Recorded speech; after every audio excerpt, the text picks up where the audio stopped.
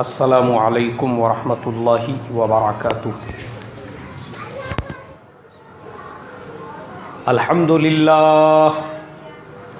अल्हम्दुलिल्लाहि नहमदुहु व नस्तईनुहु व नस्तगफिरुहु व नुमिनु बिही व नतवक्कलु अलैहि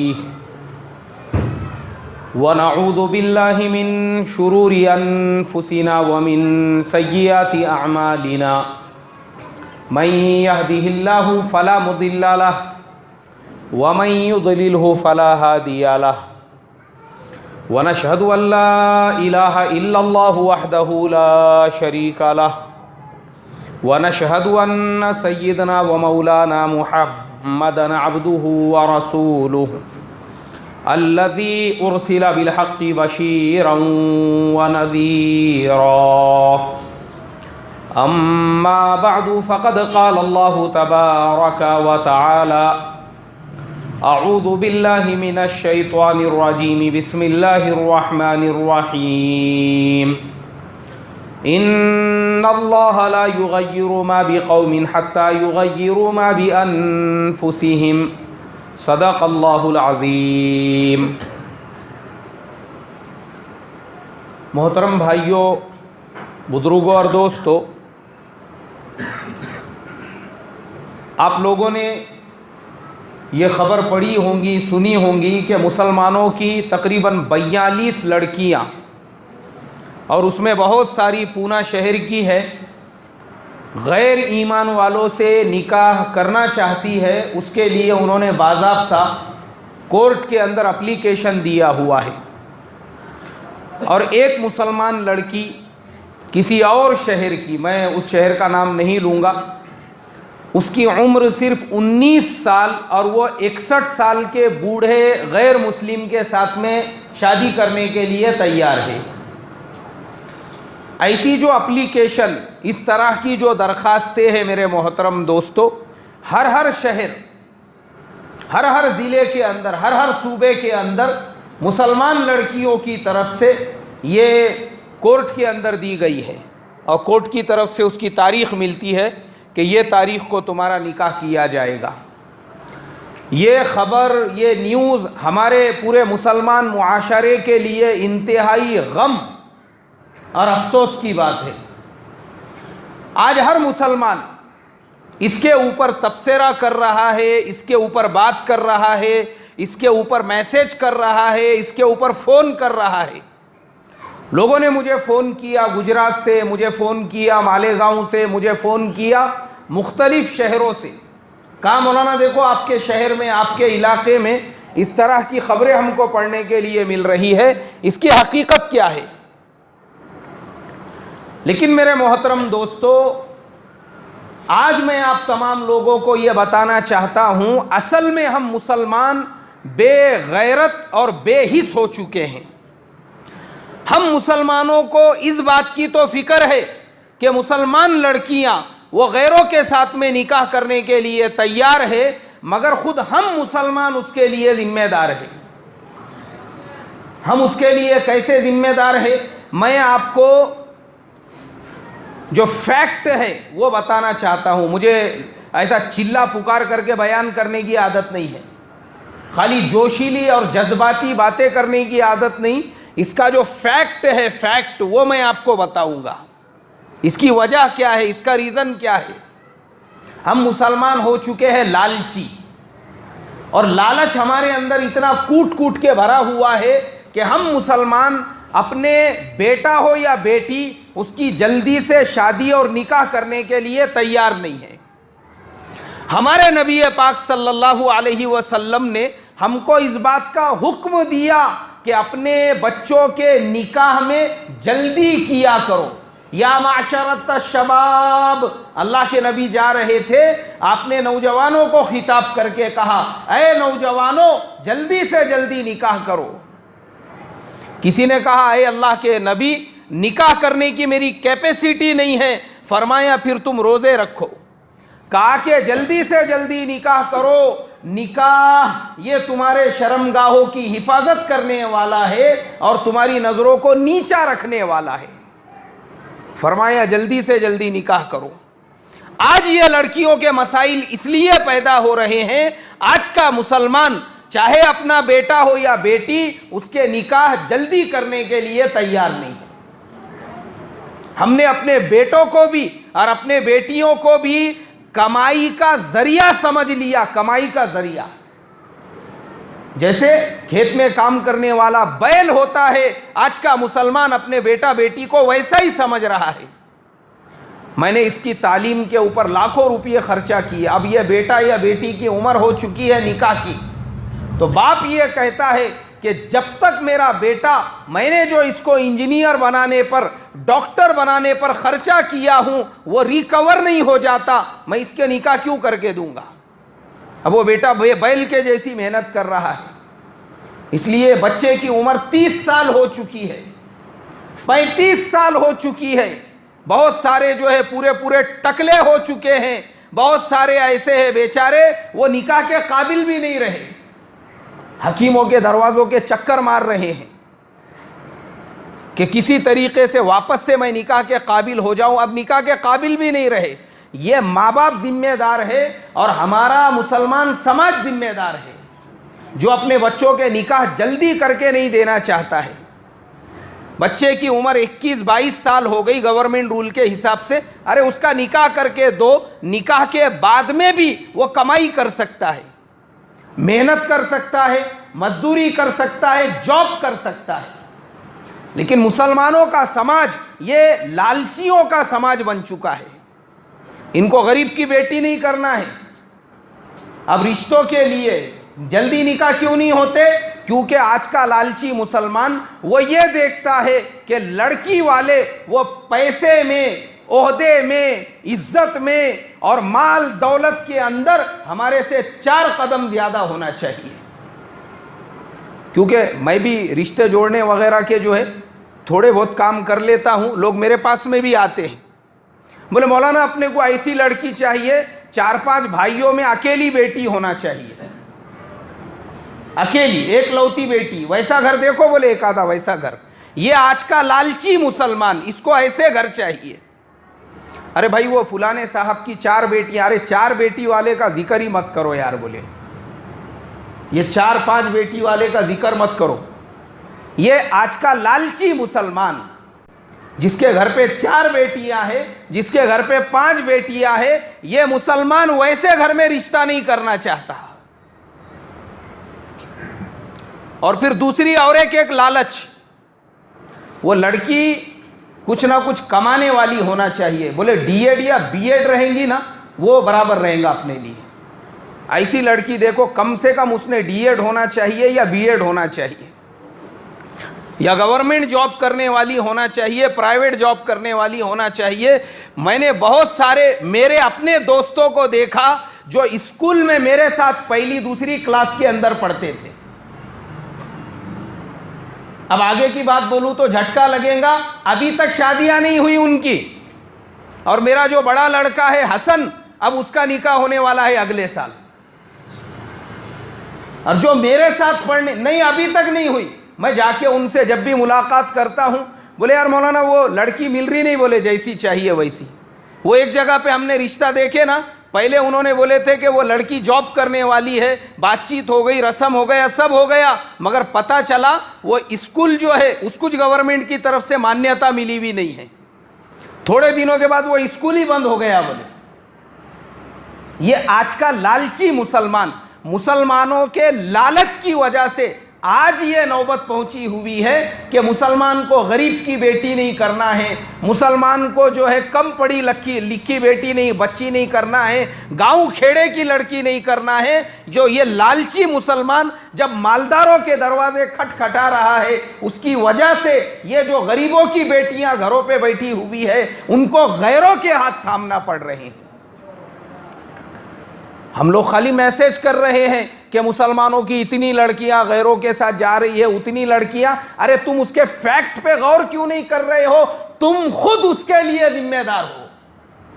जो तुमको ऐसे गरीबों की बेटियां नहीं चाहिए, मालदारों के रिश्ते चाहिए। और खाली लड़के वाले इसके लिए जिम्मेदार नहीं है, लड़की वाले भी जिम्मेदार है।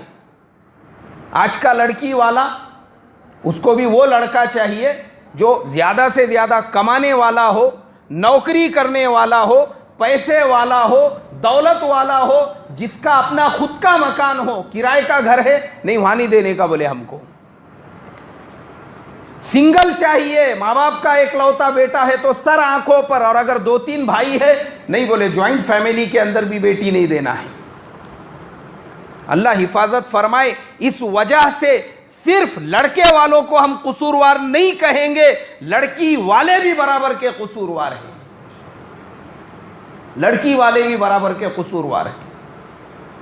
अल्लाह हिफाजत फरमाए। मेरे मोहतरम दोस्तों, ऐसे ऐसे मसाइल है उम्मत के। अगर किसी की बेटी मान लो उसने ग्रेजुएशन कर लिया या थोड़ा सा वो कोई जॉब करने लग गई, उसके बाद हाल यहां तक पहुंचता है कि माँ बाप के पैर कदम जमीन पे टिकते नहीं उनके, उनको लगता है पता नहीं हमारी बेटी कौन सी कलेक्टर डॉक्टर बन गई, क्या मालूम। और सिर्फ इतना ही नहीं, बल्कि मैंने तो जो निकाह हो चुके थे उनकी तलाक होते हुए देखा हूं, सिर्फ इसलिए कि लड़की जहां पे जॉब करती थी पता चला वो परमानेंट जॉब है। कितने की इनकम है महीने की? 6,000 से 8,000 रुपये। लड़का वो सतारा सांगली का रहने वाला, लेकिन माँ बाप यहां से लड़की को वहां भेजने के लिए तैयार नहीं। उन्होंने लड़के को यहीं बुलाए। क्या है बोले, सातारा सांगली के अंदर क्या पड़े हुआ है, पानी का दुष्काल है पहले पहाड़ों के बीच में, उससे अच्छा है यहाँ रहे, तेरे को लगाते बोले जॉब से। वो बेचारा आया यहाँ पे 3 महीने 4 महीने 6 महीने रहा। अब उसको भी बेचारे को कोई काम मिल रहा नहीं, क्योंकि वो भी शाही ख़ानदान का था वहाँ पे। यहाँ आने के बाद उसको काम पे लगाए तो वो काम करने के लिए तैयार नहीं, और उन लोगों ने डिग्री वगैरह देख के अपनी लड़की वहाँ पर दिए। लड़का क्या है बोले, वो इंजीनियर है लड़का। अब वो इंजीनियर लड़के को उसके लेवल की पूना में जॉब नहीं मिल रही है, और वो लड़का जो है छोटी जॉब करने को तैयार नहीं। लड़के के माँ बाप ने कहा बोले भाई तुमने हमारे बेटे को पूना क्यों लेकर गए, तुम हमारे बेटे को वापस भेज दो। माँ बाप का खानदानी बिजनेस है, कारोबार है, इंजीनियर तो हमने सिर्फ ऐसी अपने बेटे को बना दिए। लड़की वालों ने कहा कि नहीं, हमने तो उसकी इंजीनियर की डिग्री देख कर दिए थे, अगर वो जॉब नहीं करता है हम हमारी बेटी को वहां नहीं जाने देंगे। बोले क्यों नहीं जाने देंगे? क्योंकि निकाह जब हो गया तो लड़की की ये जिम्मेदारी बनती है वो अपने शोहर के घर पे जाकर रहे। माँ बाप ने कहा नहीं, हमारे बेटी को यहाँ परमानेंट जॉब है। बोले लड़के ने कहा क्या यहाँ पे कलेक्टर है, यहाँ पे मिनिस्टर है, यहाँ पे जो है चीफ मिनिस्टर है, या यहाँ पे एसपी है, पीएसआई है, मतलब कौन सी ऐसी जॉब है उसकी? कुछ भी नहीं है। एक कंपनी में रिसेप्शनिस्ट है और 8,000 रुपये मुश्किल से महीने को मिलते हैं, लेकिन परमानेंट जॉब है। अरे वो 8,000 रुपये हम हमारे यहाँ नौकरों को देते, बोले तुम भेज दो। माँ बाप भेजने को तैयार नहीं। इंतहाई अफसोस के साथ ये कहना पड़ रहा है मोहतरम दोस्तों, आज का मुसलमान इतना लालची बन चुका है, वो बेचारे का तलाक हो गया बाद में, परमानेंट जॉब छुड़ाने को तैयार नहीं। इनको लगा कि बस ये जॉब है तो ही पूरी दुनिया है। तो कसूर खाली लड़के वालों का भी नहीं, हमारे आज के ज़माने के लड़की वालों का भी है। लड़की वाले भी अपनी बेटी कम पढ़े लिखे को नहीं देना चाहते। लड़की वाले भी अपनी बेटी किसी गरीब घराने में नहीं देना चाहते, दीनदार को नहीं देना चाहते, दीनदार घराने में नहीं देना चाहते। ये जो मसाइल पैदा हो रहे हैं हमारे समाज के अंदर, हमारे मुआशरे में, कि मुसलमान की लड़कियां गैरों के साथ में जा रही है, हम लोग उसके लिए जिम्मेदार हैं। क्यों हम अपने बहन बेटी का निकाह किसी गरीब के साथ करने को तैयार नहीं? हम लोग जिम्मेदार हैं उसके लिए। और हमारे यहाँ पर लड़कियों की उम्र पे उम्र बढ़ती जा रही है, माँ बाप को फिक्र नहीं है निकाह की। जो लड़की के निकाह की उम्र थी उस उम्र में हम निकाह करने को तैयार नहीं। असली जो निकाह की उम्र है वो 18 साल, 19 साल, 20 साल, चलो 25 साल तक रिश्ते आते रहते, उसके बाद रिश्ते आना भी बंद हो जाते। क्यों? वजह यह होती है हमारे ज़माने के माँ बाप 2 वजह से भी अपने बेटियों के निकाह नहीं करते। अगर लड़की कहीं पे जॉब कर रही है या इनकम का रिसोर्स है तो माँ बाप ये चाहते हैं चलो कमाने दो, बोले उसको इतना पढ़ाई लिखाई कमाने के लिए, अब कमा रही है तो कमाने दो उसको। अल्लाह हिफाजत फरमाए। मेरे मोहतरम दोस्तों, खून के आंसू रोने की बात है हमारे मुसलमान समाज के लिए। जहां लड़के वाले जिम्मेदार है, वहीं पे दूसरी तरफ कौन जिम्मेदार है भाई? लड़की वाले भी जिम्मेदार है। और मैं मिसाल दे के बताता हूं, मेरे एक अजीज दोस्त, मेरे साथ पढ़ने वाले, माशाअल्लाह दावत व तबलीग के लाइन में जिम्मेदार साथी एक इलाके के, अंदरून में उनके कई 4 महीने लग गए, बैरून में उनके कई 4 महीने लग गए। एक जगह पे रिश्ते के लिए गए, लड़की वाले भी उनके रिश्ते में ही होते थे, दूर से, एक ही बिरादरी, एक ही ख़ानदान के लोग थे। मगर फ़र्क इतना था कि मेरे जो दोस्त हैं, मैं जिनकी बात कर रहा हूँ, उनका कारोबार छोटा था। छोटा मतलब ऐसा अपना गाड़े वगैरह पे ऐसा बाहर जो है वो दुकान लगाते थे, वहीं पे उनका कारोबार चलता था, लेकिन माशाअल्लाह अच्छा खासा कारोबार था। सबसे बड़ी बात ये थी कि घर में 100% दीन का माहौल था, और उस घर में उस वक्त तक दस्तरखान नहीं बिछता था जब तक कि रात की तालीम नहीं हो जाती। पहले घर में तालीम होती थी, भले रात में 10 बज रहे हो या 11 बज रहे हो, छोटे बड़े सारे तालीम में बैठते थे, और तालीम के बाद दस्तरखान बिछता था। उसके बाद घर के सारे बड़े छोटे खाना खाते थे। उस घर के अंदर कोई बड़ा छोटा ऐसा नहीं था जिसकी 5 वक्त की नमाजें एहतमाम से ना होती हो। यहां तक कि मर्द औरतें सबका अल्लाह के रास्ते में वक्त लग चुका था। अब आप सोचो, ऐसा दीनदार घराना कहां पर मिलेगा? और जिस जगह पे रिश्ते की बात चल रही थी, वो लोग बेदीन नहीं थे, वो लोग दुनियादार नहीं थे, वो लोग भी दीनदारी में इनके बराबर थे। उनके घर के अंदर भी 100% दीन का माहौल, उनके घर के लोग भी अल्लाह के रास्ते में जाने आने वाले, सारी चीजें। फर्क जो पैदा हुआ वो सिर्फ दुनिया को लेकर। किसको लेकर भाई? दुनियादारी को लेकर। लड़की वालों ने कहा, बोले दीनदारी में तुम भी हमारे बराबर है, हम भी तुम्हारे बराबर है, लेकिन फ़र्क ये है कि तुम्हारा लड़का रोड पे, गाड़े पे ऐसी दुकान लगाता है, उसकी अपनी कोई पर्सनल दुकान नहीं है, मतलब खुद की बैठक की कोई दुकान नहीं है, छोटा कारोबार है तुम्हारा, तो तुम हमारे लेवल के लोग नहीं हैं, इसलिए हम अपनी बेटी तुम्हारे घर पे नहीं दे सकते।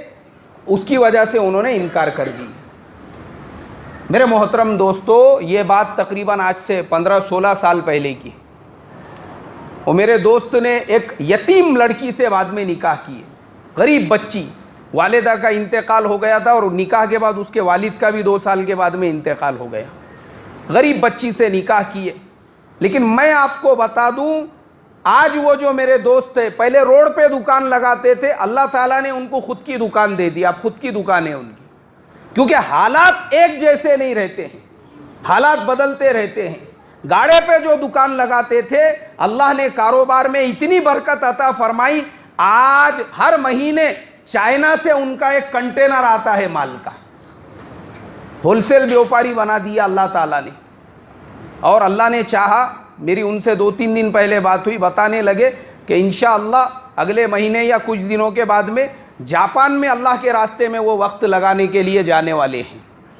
उसके लिए उन्होंने अपना नाम लिखा दिया। अल्लाह ताला ने दुनिया भर में दीन की मेहनत के लिए भी कबूल किया। लेकिन जिन लोगों ने सिर्फ पैसे को बीच में लाकर उस निकाह से इनकार किया था, वो लड़की आज भी अपने घर पे बैठी हुई है, उसका निकाह नहीं हुआ। और वो मेरे जो दोस्त है, 2-4 साल के बाद उनके बेटी के निकाह की उम्र हो जाएगी। तो हम मुसलमान इतने लालची बन चुके हैं, हमारे नज़दीक दीनदारी की कोई अहमियत नहीं। हमारे नज़दीक सबसे ज़्यादा अहमियत किसकी है भाई? किसकी है बोलो? दौलत की, पैसे की। इसी वजह से आज जितने लड़के वाले कसूरवार है, उतने ही कौन कसूरवार है? लड़की वाले भी कसूरवार है। जो लड़की वाले अपने बेटियों के निकाह वक्त पर और जल्दी करने को तैयार नहीं, उसकी वजह से ये सारे मसले मसाइल पैदा हो रहे हैं। और फिर निकाह में जो हमने खुराफात की आज के ज़माने में, फजूल खर्चियाँ, सबसे, यानी आज मेरे मोहतरम दोस्तों, मैं हमेशा ये बात कहता हूं और आज भी ये बात कहूंगा कि हम मुसलमानों ने अल्लाह के नबी की सुन्नतें वो सिर्फ टोपी पहनने को समझ लिया। किसको समझ लिया? और कपड़े पहनने को समझ लिया, और खाना खाने की सुन्नतों को सुन्नत समझ लिया, और मीठा खाने को सुन्नत समझ लिया। लेकिन हमारे निकाह 100% कुफ्फारो मुशरिकीन और यहूदो नसारा के तरीके पे हो रहे हैं।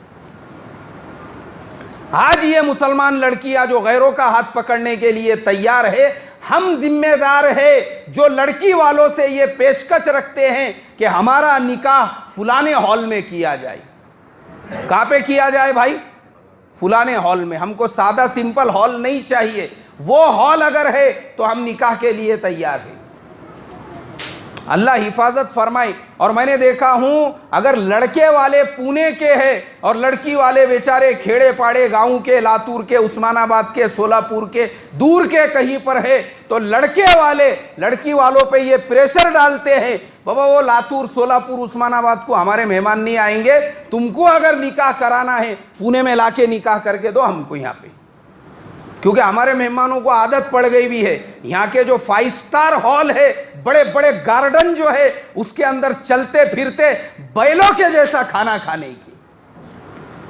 वहाँ गांव खेड़े में लातूर, उस्मानाबाद, जालना, परभनी, औरंगाबाद, उधर ऐसा जमीन पे दस्तरखान बिछाते बेचारे गरीब लोग वहाँ के। वहाँ पे सादा सिंपल लोगों का तरीका है, एक अपना प्लेट रख दिए सामने, 2 जानू बैठ के खाना खाना पड़ता। क्योंकि वहाँ पे ऐसे कैटरर और टेबल पे बैठे हुए और प्लेट आ रही है, उसको पोंछा जा रहा है, और पहले चिकन के टुकड़े आ गए और उसके बाद फिर पता नहीं क्या क्या आ रहा है। ये सारा एहतमाम नहीं मालूम है वहाँ पे, या तो तहारी नहीं तो बिरयानी, हर छे आयत दर घसीट आम बाशदिया खवीड़ बोल के, जैसी प्लेट आई बिस्मिल्लाह बोल के शुरू कर देने का। मीठे वगैरह का कोई एहतमाम नहीं रहता। तो ये हमारा लालची मुसलमान गांव खेड़े के गरीब लड़की वालों पे प्रेशर डालता है। नहीं नहीं बोले हमारे मेहमानों को वो नहीं खाई देंगी, वहाँ की बिरयानी वगैरह लातूर, उस्मानाबाद, परभनी तरफ की, तुमको अगर यहाँ पे खिलाना है और अगर तुमको निकाह कराना है, कहाँ लाके कराना पड़ेगा? यहाँ लाकर कराना पड़ेगा। इस वजह से ये लड़कियां गैरों के साथ में जा रही है। हमने मजबूर किया उनके माँ बाप को, हालांकि शरीयत का मसला है, लड़की वालों का खाना खाना ये लड़के वालों के लिए हराम और नाजायज है। क्या है भाई? लड़के वालों के लिए हराम है, हराम लड़की वालों का खाना खाना। ये जो बारात लेकर जाते हैं और बारात ले जाने के बाद जो डिमांड रखते हैं कि हमारे 300 मेहमान मुसलमान रहेंगे और 200 मेहमान हमारे गैरों के रहेंगे, गैरों के मेहमानों का अलग से इंतजाम करो। और झूठ बोलते हैं लोग, 300 मेहमान बोलते हैं और आते टाइम पे बाप का माल समझ के 4-4, 5-500 को भर भर के लेके आ जाते टाटा 407 के अंदर। खाना कम पड़ गया, लड़की वालों से लड़ाई झगड़े। मैंने इससे पहले वाकया बताया हैदराबाद के अंदर, रस्म के अंदर, शादी की बात नहीं कर रहा हूं मैं, काय के अंदर? रस्म के अंदर। रात में 12-1 बजे दूल्हे मियाँ उनके दोस्तों के साथ बैठे खाने के लिए, सारे मेहमान खाने से फारिग हो गए। अब दूल्हे मियाँ बैठे बोल के सालन वगैरह लेकर आए तो वो कटोरे में बोटियाँ नहीं थे उसके अंदर। तो वो जो खाने को बैठे हुए थे उनमें से एक ने वो बरतने वाले को बोला, गोश्त नहीं है बोले इसके अंदर, तुम लोग दूल्हे की ऐसी कदर करते। उसने बोला देखो रात में 12:30-1 बज रहा है, बोले अभी कहाँ से गोश्त बचेगा, क्योंकि जितने मेहमान थे वो खा के फारिग हो गए। मुँह को मुँह दे रहा, बोले तू मेरे को जवाब देता, मुझे खड़े रह गया। दोनों में लड़ाई झगड़े शुरू हो गए, मारा मारी। आगे की बात सुन के आपको झटका लगेगा, एक आदमी का इंतकाल हो गया उस लड़ाई झगड़े में। जो दूल्हे मियाँ निकाह का सेहरा पहनने वाले थे उनको कहाँ जाना पड़ा? जेल की सलाखों के पीछे। अल्लाह हिफाजत फरमाए। काय की वजह से? अल्लाह के नबी के सुन्नतों का जनाजा निकालने की वजह से। निकाह की नहीं, मैं रस्म की बात कर रहा हूं। क्यों? ये आज का मुसलमान बहुत पैसा हो गया इसके पास में, बहुत पैसे की मस्ती आ गई इसको, इसलिए रस्म भी कर रहा है तो 5-5 लाख रुपये उसमें उड़ा रहा है। काय के अंदर भाई? रस्म में 5-5 लाख रुपये उड़ा रहा है आज का मुसलमान। क्यों? पैसे की मस्ती आ गई, इसको भूल गया ये आज से 30-40 साल पहले हुलगे के रोटियां खाना पड़ते थे, हुलगे के। हाँ, भूल गया ये, मस्ती आ गई इसको, पैसे की पीली जवारी के रोटियां इसके बाप दादा ने खाए हुए हैं, लेकिन इसके पास बहुत पैसा आ गया ना, इसलिए नबी के सुन्नतों के जनाजे निकाल रहा है ये मुसलमान। ये बुजुर्ग लोग बैठे हुए, इनको मालूम है हुलगे की रोटी क्या रहती और पीली जवारी किसे कहते हैं। ये क्या मालूम है हमारे नौजवान छोकरों को आज के? 1971-72 में जो दुष्काल आया था, अमेरिका से लाल गेहूं आए थे, लाल गेहूं खाने को नहीं था, खाने के वास्ते में ये आज का मुसलमान दौलत के नशे के अंदर ये सारी चीजों को भूल चुका है। ये जो मुसलमान 5-5 लाख रुपए के रस्म कर रहा है, ये काय की मस्ती है ये? अरे बोलो ना भाई, पैसे की मस्ती है ये, पैसे की। और मैं आपको अंजाम बताता हूं, ऐसे 10-10 लाख रुपए के जो रस्म और 5-5 लाख रुपए के जो रस्म हुए, रिश्ते कायम नहीं रहे बाद में, तो क्या फायदा हुआ तुम्हारा 5 लाख और 10 लाख रुपये खर्चा करके? टूट गया वो रिश्ता। अब लड़के वाले दूसरी लड़की ढूंढ रहे हैं और लड़की वाले दूसरा लड़का ढूंढ रहे हैं। फिर वो रस्म जो किए थे धूम धड़ाके के साथ, उसका क्या हुआ? कुछ भी नहीं हुआ, बोले चले गया वो पैसा पूरा पानी। मेरे मोहतरम दोस्तों, ये जो मुसलमान लड़कियां गैरों के साथ में जा रही है, 42 लड़कियां, याद रखो उसके लिए वो लड़कियां जितनी जिम्मेदार है, उससे ज्यादा जिम्मेदार कौन है भाई? हम जिम्मेदार है, हम जो हमने 5-5 और 10-10 लाख रुपये रस्म के बना दिए। हम जिम्मेदार है लड़की वालों को निकाह से पहले जो लिस्ट देने वाले और फरमाइश करने वाले कि हमारे यहाँ निकाह कई गांव खेड़े में नहीं होगा, छोटे मोटे हॉल में नहीं होगा। हमको कौन सा हॉल चाहिए? बड़ा 5 स्टार हॉल चाहिए हमारे को, बड़े बड़े गार्डन चाहिए हमारे को, 2.5 लाख 3 लाख रुपये रोज वाले, वैसा हमको निकाह के लिए चाहिए। मैं खुद एक लड़की वाले गरीब बेचारे मेरे पहचानत वाले, उन्होंने कहा मौलाना ज़रा वो लड़की की तारीख़ तय हो रही है, आप भी मजलिस के अंदर आइए। मैं यहाँ से ईशा पढ़ा के गया। मैंने बोला देखो हमारे यहाँ मकतब की छुट्टी होती, ईशा है इतने बजे, मैं उसके बाद आऊँगा। ठीक है आओ। बोले उनको भी आने में टाइम होने वाला है। मैं गया वहाँ पे, बैठे हम लोग, अब बातचीत होने लगी तो एक तारीख़ तय की गई। बोले ये तारीख़ है, बोले ये तारीख़ को हॉल फ़ोन करे, वेलकम वाले को फ़ोन करो, नहीं उनका हॉल बुक है। फुलाने हॉल वाले को फ़ोन करो, उसका भी हॉल बुक है। एक हॉल वाले को फ़ोन किए, अरे बोले उनका हॉल खाली है। लड़के वालों ने बोले नहीं यार, बोले वो हॉल हमको नहीं चलेगा। क्यों भाई क्यों नहीं चलेगा? नहीं बोले वो हॉल को जब जाते ना तो रास्ते में कचरे की एक कुंडी है, सब बदबू आएंगी बोले हमारे मेहमानों को जाते टाइम पे। मैं बोला क्यों, तुम्हारे बाप दादा का मजमुआ इतर का कारखाना था क्या? नहीं खानदान में कभी देखे ही नहीं तुमने, तुम तो अमेरिका इंग्लैंड से आए हुए हैं, कांच के रस्तों पे रहने वाले।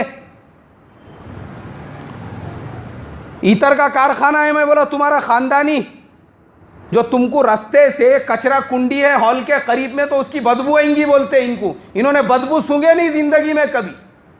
पेट के अंदर 5-5 किलो हलवा लेके घूम रहे हैं, उसकी बदबू नहीं मालूम है। हाँ डकार आती जन्नत में, जैसा नहीं कि जन्नती लोगों को डकार आएंगी सब हजम हो जाएगा, क्या वैसा मामूल है? मैं बोला तुम्हारा कभी जाते नहीं, वहां बदबू नहीं आती तुमको। मेरे मोहतरम दोस्तों, ये लड़की वालों पे इस तरीके के प्रेशर डालने की वजह से, इस तरीके की फरमाइशें करने की वजह से आज मुसलमान की लड़कियां ये कदम उठा रही है। इनको ये हॉल पसंद नहीं है, वो हॉल पसंद नहीं है। तो याद रखो जितनी लड़कियां जिम्मेदार है उतना ही कौन जिम्मेदार है भाई? हम भी जिम्मेदार है। हम भी, जिन्होंने ये नई नई खुराफात, नई नई बिदतें और ये फजूल खर्चियां जो अपने शादियों के अंदर हमने पैदा की, हम खुद जिम्मेदार हैं। और याद रखो मुसलमान लड़कियां उस वक्त तक अपने घरों में महफूज नहीं रहेगी जब तक कि आज का मुसलमान इस बात की कसम ना खा ले कि मैं अपने बेटे के निकाह में या अपने निकाह में हॉल नहीं कराऊंगा, बारात नहीं ले जाऊंगा, शादी के कार्ड नहीं छापूंगा, जब तक हम इसकी कसम नहीं खाएंगे उस वक्त तक हमारे समाज में से ये बुराइयां खत्म नहीं होंगी। ये मुसलमान का तरीका है ही नहीं। मुझे बताओ अल्लाह के नबी और उनके सहाबा इकराम रिजवानुल्लाहि ताला अलैहिम अजमाइन में से किसने निकाह के अंदर शादी के कार्ड छापे थे? अरे भाई बताओ ना, है किसी रिवायत के अंदर? नहीं है। फिर मुसलमान क्यों छाप रहा है? यही तो सबसे बड़ी फजूल खर्ची है, खून पसीने की कमाई, फजूल खर्ची। और अफसोस इसलिए होता है, मैं देखता हूं हमारे मुसलमान भाई कितनी मेहनत से बेचारे पैसा कमाते हैं, कितनी मेहनत से। मैं रास्ते से आता हूं, जगह जगह पे मुसलमान फ्रूट का टेम्पू लेके खड़े हुए हैं और वो रोड पे आवाज़ लगा रहे हैं। रात के अंधेरे में भी कहीं पे देखता हूँ, कहीं पे रात में रिक्शा चला रहे हैं। इतनी मेहनत, इतनी मजदूरी, इतनी मेहनत के बाद जो खून पसीने की कमाई है वो हम कामें उड़ा देते हैं भाई शादियों के अंदर। अल्लाह हिफाजत फरमाए, इतनी मेहनत की कमाई हमारी। ये मुसलमान का तरीका नहीं है, सबसे बड़ी बिदत। और अल्लाह माफ़ करे, ये चीज़ खाली आम लोगों में नहीं, हमारे दीनदारों के ज़िंदगी में भी है। हमारे मुफ्ती साहब का निकाह हो रहा है, वो भी शादी का कार्ड छाप रहे हैं।